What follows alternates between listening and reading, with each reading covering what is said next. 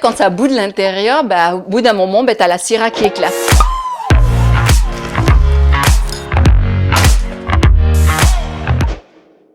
Je suis la responsable de Millésime Papeete qui se trouve au centre Weimar à la Plaza.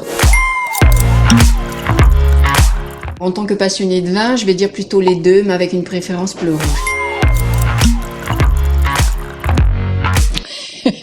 Avant chaque repas, que ce soit midi ou le soir. Pas le petit déjeuner quand même, hein, voilà, on va prendre du chocolat.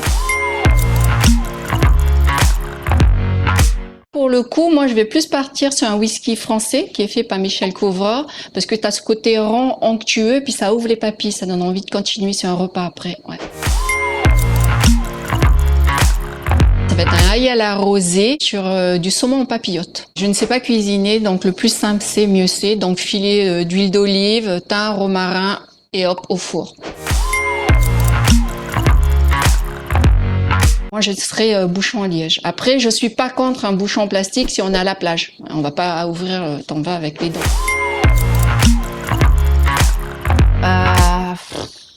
On va faire un truc tout simple, bien polynésien, ce qu'on nous on appelle du poisson huître.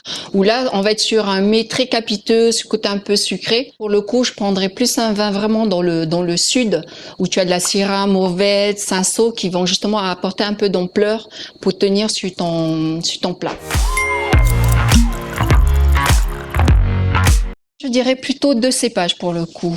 Un cépage pinot noir qu'on va trouver plutôt dans la région de la Bourgogne, dans le côté assez souple, agréable, léger, voilà, on va dire facile à vivre. Et puis après, il y a des moments où ça bout de l'intérieur et puis là, c'est la syrah qui éclate, quoi.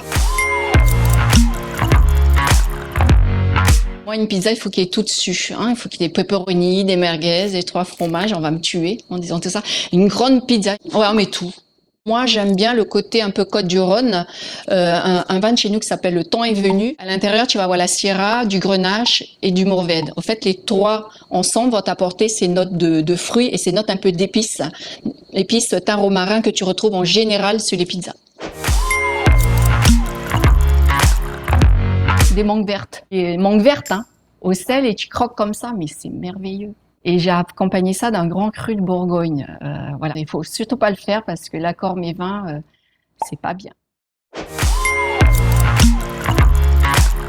Moi, je lui dirais goûte à tout. Faut pas avoir peur de vouloir goûter un peu de chaque région. Et petit à petit, on va affiner ses goûts ou de venir nous voir. Et puis, je te dirai ce que tu aimes boire.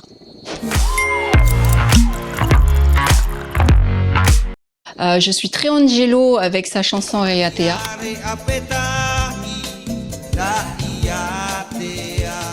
Parce que justement, tu as le côté un peu nostalgique, les grands crus, ça fait référence un peu au temps passé.